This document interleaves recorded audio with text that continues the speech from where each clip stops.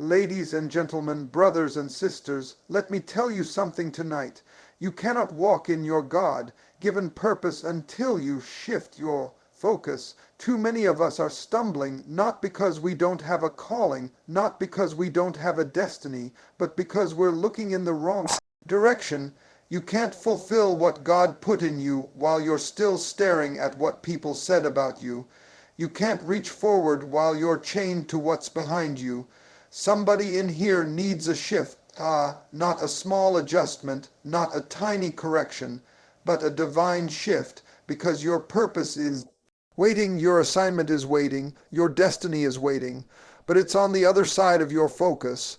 When you set your focus on something, everything in your life begins to line up in the direction of that focus. Focus is not passive, it is powerful. It is the steering wheel of your destiny. Wherever your focus goes, your energy flows, your decisions follow, your habits form, and your future begins to unfold. That is why the enemy is not after your money. He's not after your car. He's not after your house. He is after your focus. Because if he can break your focus, he can derail your direction. If he can get you to keep looking at the pain, if he can keep you staring at the problem, if he can keep you distracted by what people are saying about you, then you will miss the path that God has already laid out in front of you. Have you ever noticed that when you drive a car, wherever your eyes go, the vehicle tends to follow? If you get distracted and look too long at the scenery on the side, you'll drift in that direction. The same principle applies in life. If your eyes are fixed on your failures, you will drift toward fear. If your eyes are glued to the betrayal, you will drift toward bitterness. If your focus is on who left you, you will drift into loneliness and despair. But if your focus is set on the promise of God, if your eyes are lifted to the hills from whence comes your help, then your direction will follow that focus and lead you into victory. Focus is a matter of discipline. You cannot allow your eyes to be seduced by everything that glitters. Not everything that gets your attention deserves your attention. Some of you are tired not because you're doing too much, but because you're looking at too much. Your energy is scattered in 1,000 different directions. You're trying to keep up with everybody else's life, scrolling through their highlight reels, comparing yourself, and wondering why you feel stuck. It's not that you don't have potential, it's that your focus is fractured. A fractured focus leads to a fragmented life. When you make a decision to fix your focus, you are making a decision to fix your future. There are opportunities all around you right now, but you can't see them if your focus is still on yesterday. God didn't call you to live life looking in the rear-view mirror. He called you to move forward. But you can't move forward if your focus is backward. You can't move upward if your focus is downward. You've got to decide what matters most and then lock in on it with laser precision. Because when you focus on your purpose, distractions lose their power. Focus is also about faith. You cannot claim to believe in the promise if you won't focus on the promise. Peter walked on water not because the sea was calm, but because his eyes were on Jesus. The moment he shifted his focus to the waves, he began to sink. What does that tell us? It tells us that your environment doesn't decide your direction. Your focus does. Life may be stormy, the winds may be howling, the waves may be raging, but if your focus is on the one who called you, you will still walk on what others drown in. There are some places you cannot reach, some doors you cannot enter, some heights you cannot climb until your focus aligns with your purpose. Focus gives you strength. Focus builds endurance. Focus silences the noise. Focus clarifies the vision, and focus determines direction. Distraction is one of the greatest enemies of destiny. It doesn't have to destroy you, it only has to delay you. And delay is dangerous because it can keep you circling the same mountain for years when God intended you to reach the promised land. Some of you are not stuck because you lack ability, not because you lack talent, not even because you lack opportunity. You're stuck because you keep letting distractions pull you off the path of purpose. Distractions don't always come dressed as evil. Sometimes they come disguised as good things, comfortable things, convenient things, but they are not God things. The enemy knows he cannot cancel what God has spoken over your life, so he tries to distract you until you cancel it yourself. He doesn't have to steal your purpose. He just has to keep your eyes busy with the noise around you. If he can get you focused on people's opinions, if he can lure you into chasing applause, if he can tempt you to keep comparing your journey to somebody else's, then you will waste precious time that should have been spent walking in your calling. Distraction robs you of momentum, and momentum is vital because once you start moving in the right direction, doors begin to open. Opportunities begin to align, favor begins to flow. But when you stop to look at every distraction, when you pause to argue with every critic, when you bend down to pick up every stone that's thrown at you, you lose the forward thrust that destiny requires. Think about it. Even the smallest distraction can cause the biggest disaster. If a pilot is distracted for just a few seconds while navigating the sky, the plane can drift off course by miles. That is how life works. One moment of distraction, one season of looking at the wrong thing, and you can end up far from where God intended you to be. That is why you must guard your focus with everything you have. The more valuable the destination, the more intense the distractions will be. Every time you get close to a breakthrough, distractions will show up louder, brighter, stronger, trying to pull you away from what really matters. Some of us are busy, but we're not productive. We're exhausted, but we're not effective. We're running, but we're running in circles. That's the cost of distraction. You're answering every call, responding to every text, saying yes to every request, and meanwhile your destiny is waiting for you to pay attention. You cannot afford to let everything and everybody pull on you. Distraction is expensive. It costs you time, it costs you energy, it costs you opportunities, and it costs you alignment with God's perfect timing. When Nehemiah was building the wall, his enemies tried to distract him. They said, "Come down, let's talk, let's meet, let's debate." But Nehemiah said, "I'm doing a great work and I cannot come down." That's the posture you must take if you're going to reach your destiny. You have to discern what deserves your attention and what doesn't. You have to learn to say no, not because you're rude, but because your destiny is too important. Every time you resist a distraction, you reinforce your direction. Every time you say no to what doesn't matter, you say yes to what does. Distraction delays destiny because it eats away at your focus one small piece at a time. It convinces you to pause when you should push, to settle when you should soar, to argue when you should advance. But the moment you break free from distraction and fix your eyes on the assignment, you'll regain momentum. You'll discover that destiny was never denied. It was only delayed, waiting for you to reclaim your focus. What you magnify will ultimately shape the life you live. Magnify simply means to make something bigger in your sight, to give it more weight, more attention, more space in your mind and heart than it deserves. You cannot control everything that happens to you, but you can control what you choose to magnify. If you magnify your problems, they will look bigger than your possibilities. If you magnify your pain, it will overshadow your promise. If you magnify fear, it will silence your faith. And before long, what you choose to magnify will become the atmosphere in which you live. Have you ever noticed how a magnifying glass works? Whatever you place under it doesn't actually change in size, but it appears bigger to your eyes. That's how your focus works. The challenge didn't grow, your perspective did. The obstacle didn't expand, your attention did.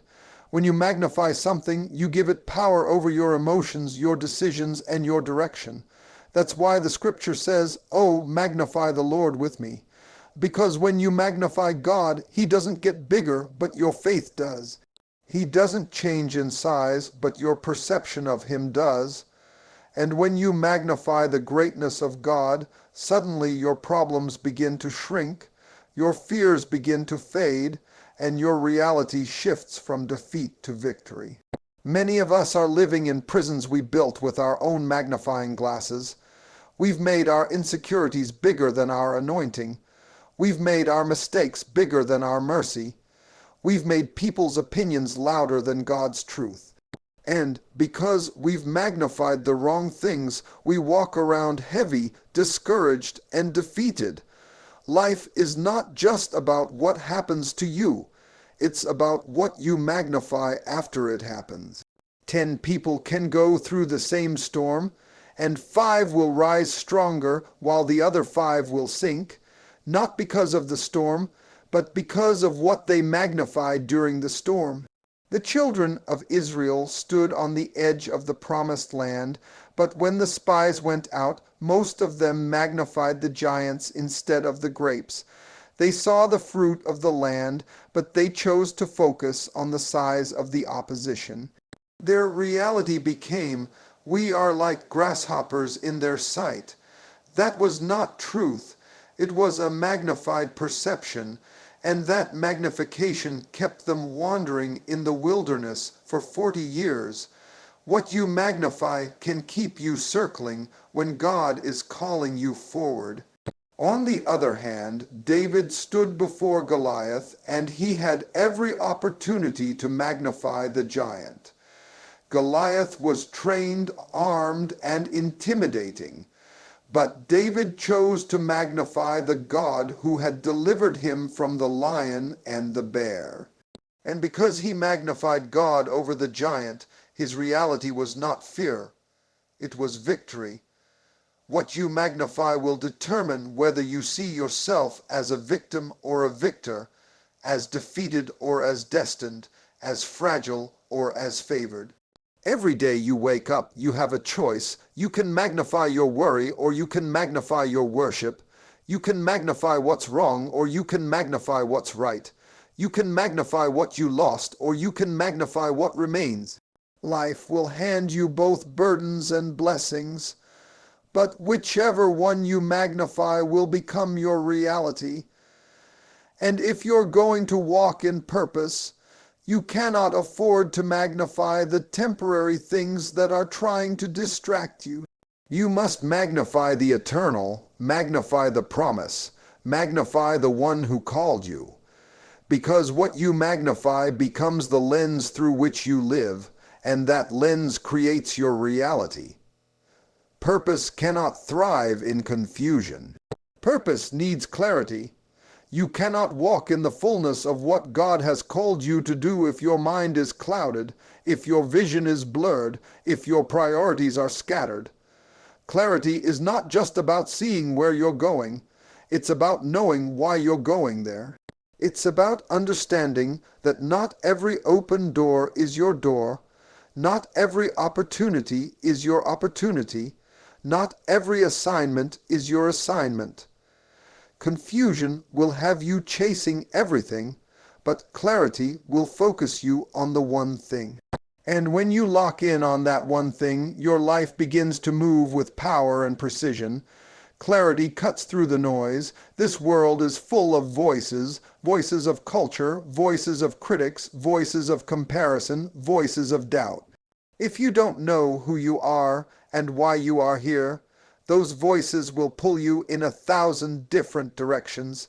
until you are worn out, drained, and frustrated. But when you have clarity of purpose, the noise loses its influence. You no longer need everyone to agree with you because you know what God spoke to you. You no longer waste energy defending yourself because you understand that people don't have to see it for you to be it. Confusion is costly. It steals time, it drains energy, and it makes you ineffective. You can be busy and still not productive. You can be moving and still not making progress. You can be surrounded by activity but still absent of achievement. That is what happens when confusion runs your life. You're reacting instead of responding. You're guessing instead of guiding. You're existing instead of living. Purpose is too valuable to be wasted in confusion. You must get clear on what God has placed in you, or you will spend your life serving everybody else's vision while neglecting your own. Clarity gives you courage. When you are clear about your assignment, you stop apologizing for it. You stop shrinking to make others comfortable.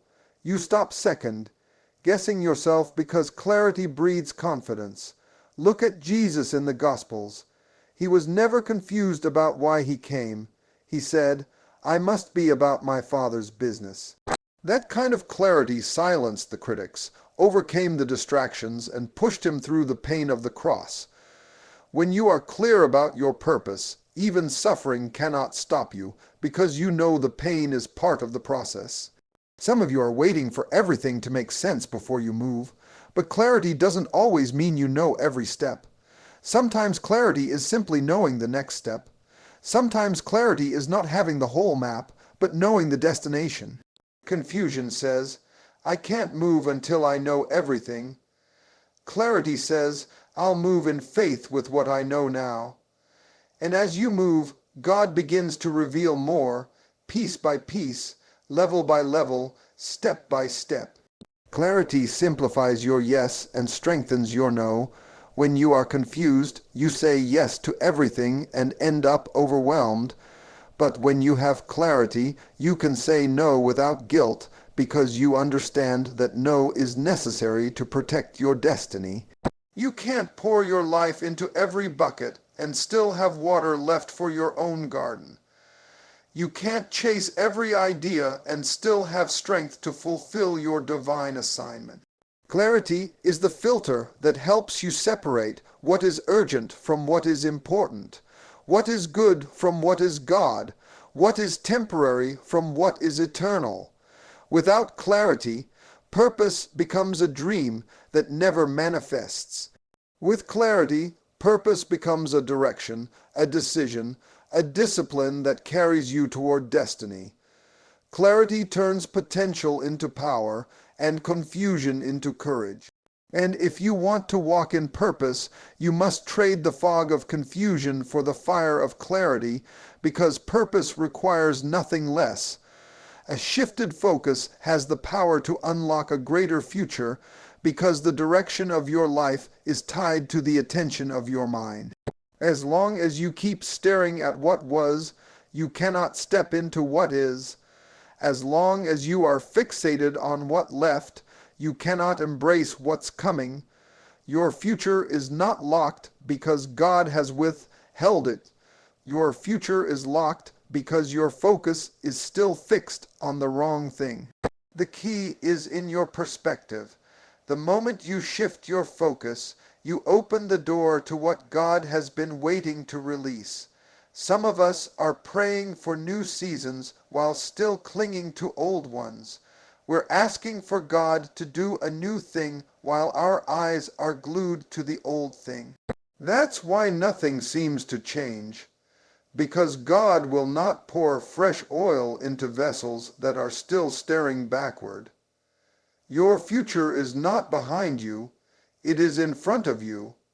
And the shift happens when you finally stop giving your energy to yesterday and start directing your focus to tomorrow. A shifted focus changes your language. When your focus is backward, your words are filled with regret, bitterness, and fear. But when your focus shifts forward, your words begin to sound like expectation, hope, and faith. You start talking differently because you start seeing differently. And when you start seeing differently, you start living differently. That's the power of a shift.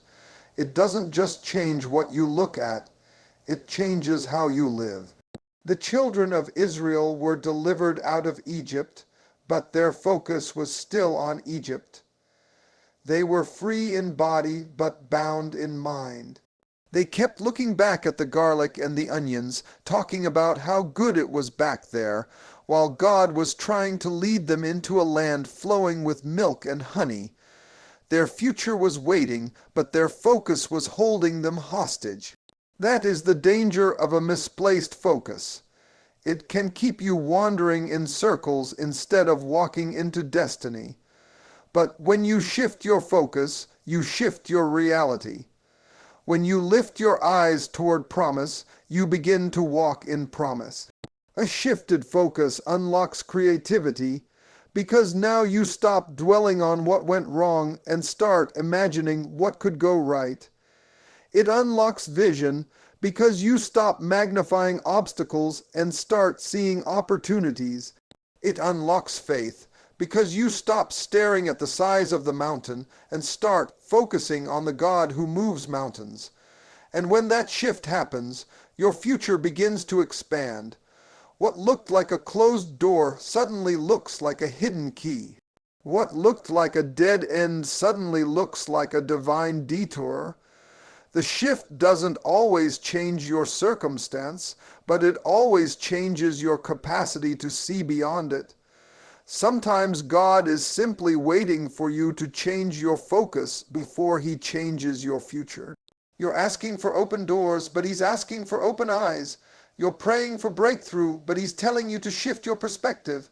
Because the door is already there, the opportunity is already there, the provision is already there. It's just hidden behind the veil of your focus. Once you shift, what was hidden will be revealed. This is why you cannot waste your sight on things that do not serve your destiny.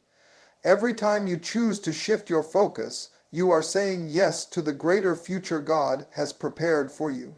The future is not a far-off dream, it is a decision away. Shift your focus and watch the door swing wide. Shift your focus and watch the weight fall off your shoulders. Shift your focus and watch your life align with destiny. Because a shifted focus doesn't just change your view, it unlocks the greater future that has been waiting for you all along.